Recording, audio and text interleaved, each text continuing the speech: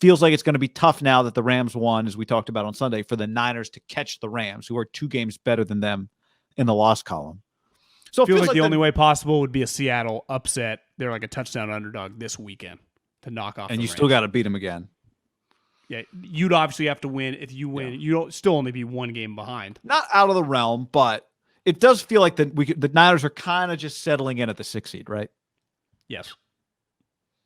And so if that's happening, we can start looking around and trying to figure out who they're going to play in a wild card round. And it feels like Arizona might be kind of settling in at the 3 seed, right? They lost. They could have jumped ahead to the 1 seed if they had won on Monday night. They'd been 11-2, better than Green Bay, better than Tampa. So it's not like Arizona had nothing to play for. You're saying they didn't have anything to play for?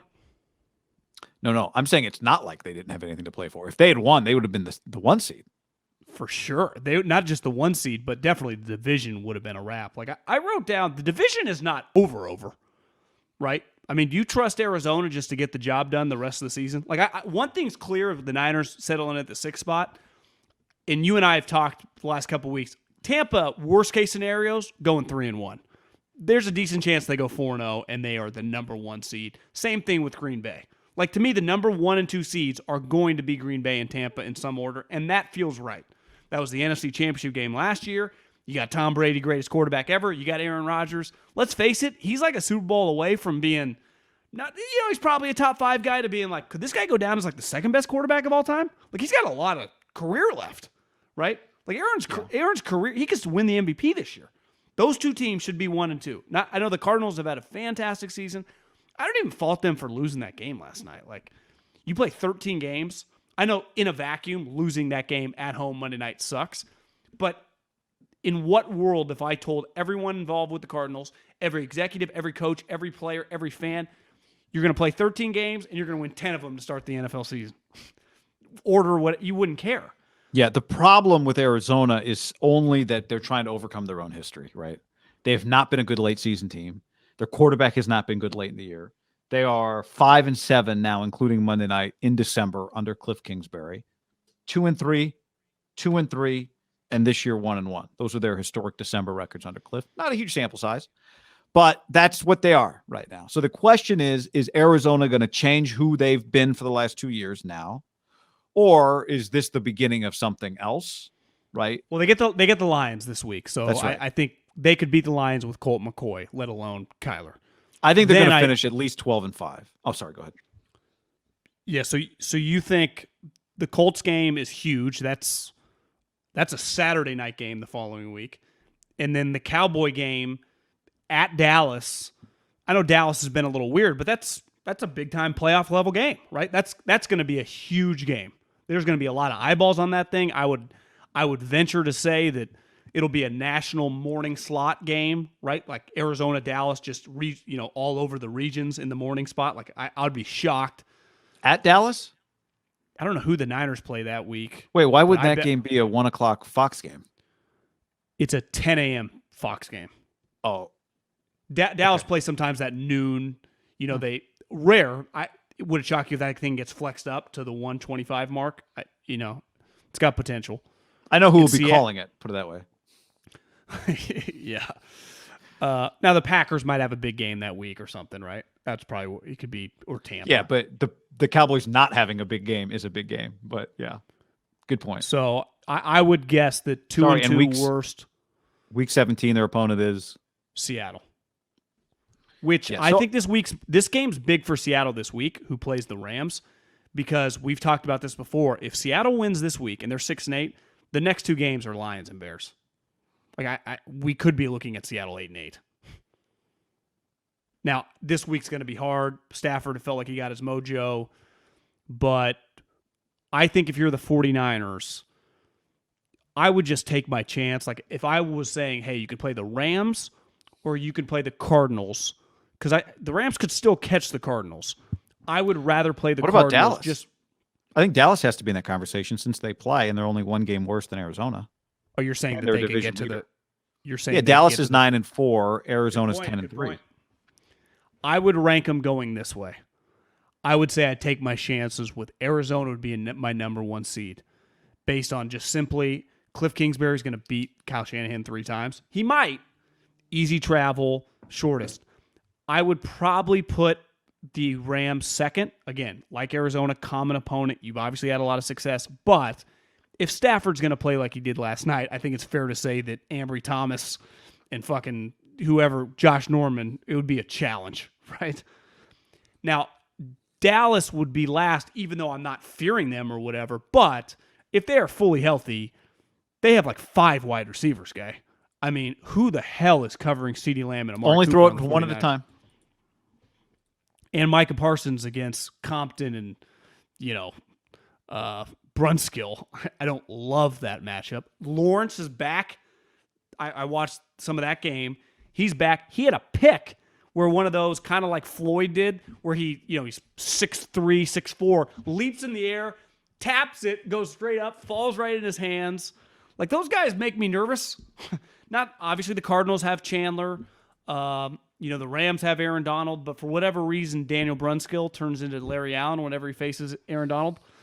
It's just like, why does Brunskill keep starting? Because he has 2 games a year where he stones Aaron Donald and Kyle loves him. There's some pitcher out there who Barry Bonds hit 280 off of with no strikeouts, with no home runs. How would you rank, obviously it's an away game, Rams, Cardinals, Cowboys, who you'd want to play to least want to play?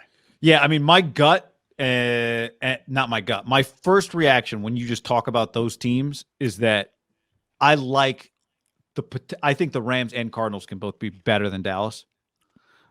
Their quarterbacks, Kyler scares me the most of those 3 with Matthew Stafford right there with him. Both of them, I think, can be more dangerous than Dak. Like, did you take away last night he was playing poor or just had a couple bad plays that cost him big time? Kyler? But, yeah. I think he does some wild shit, and sometimes it works, and sometimes it doesn't. So I think what you get with Kyler is a higher ceiling. I do think there's a lower floor there. Dak, I think, actually gives you some pretty consistent, solid quarterback play. And I would say his floor multiple picks against football team. Talking about Dak, it's good defense. I think Dakota's floor is higher. I think both Stafford's never played as Dak's been on some pretty big stages. Now, I think Matthew Stafford's good. Monday night was a good big stage, but he has not played that win-or-go-home game that often in his career, right? No. So I think Dak is more experienced than those other 2 guys in that spot. I think their defense is playing really well. I think their offense, Dallas. Yeah. I think their offense is scary. I feel maybe it's because I just see the Rams and the Cardinals a lot. Even though you have kind of the Rams number, that's a dangerous game to play in the postseason. Yes, so I would agree. I'd put the Cardinals 1 as well, even though they do a bunch of stuff that I think they've got a mobile quarterback. They've got receivers that, while they don't burn you necessarily with A.J. Green and DeAndre Hopkins, they've proven to be playmakers. But I'd put Arizona 1. I think that you had them 1 as well. I'd have them 1 as well. And to me, it's I feel like because here's my deal. I'll just finish my summary on this is I think Dallas is probably better than my natural instinct on them is. My natural instinct on them is they're a little overrated. They're not really that great in winning time. And I don't trust their coach. I think their coach is the worst of the 3. I think styles make fights. And McCarthy's done a lot more than Cliff. Now, right now in a vacuum, Cliff has had a better season. He's calling plays. Mike's just stands there. That's fair. I just think who scares you more 1 game to play? Yeah, you Cliff and Mike. Kyler That's probably would. My thing more, though, is gets back to the styles. I just think you're so comfortable against those 2 teams. The Cowboys you're right, on a given game, if they all play their B game, you'd probably pick the Cowboys. But they have legitimately an unlimited amount of wide receivers and 2 guys that are just elite. So if those 2 guys are rolling, the difference with Hopkins, who could kill you, but he's not running away from you. Amari and CD are scooting.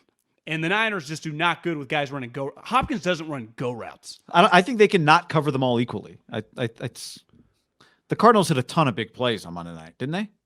Yeah, well, Kyler threw for almost 400 yards. Well, I'm just saying, one thing he does, he lets it rip.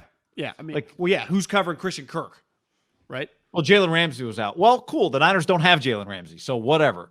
No, they have Josh Norman, who's half as fast, I guess, or double as, half as slow. I don't even know if that makes any sense. Half as fast. Who's I think you said it right. Who's slow? It's just slow.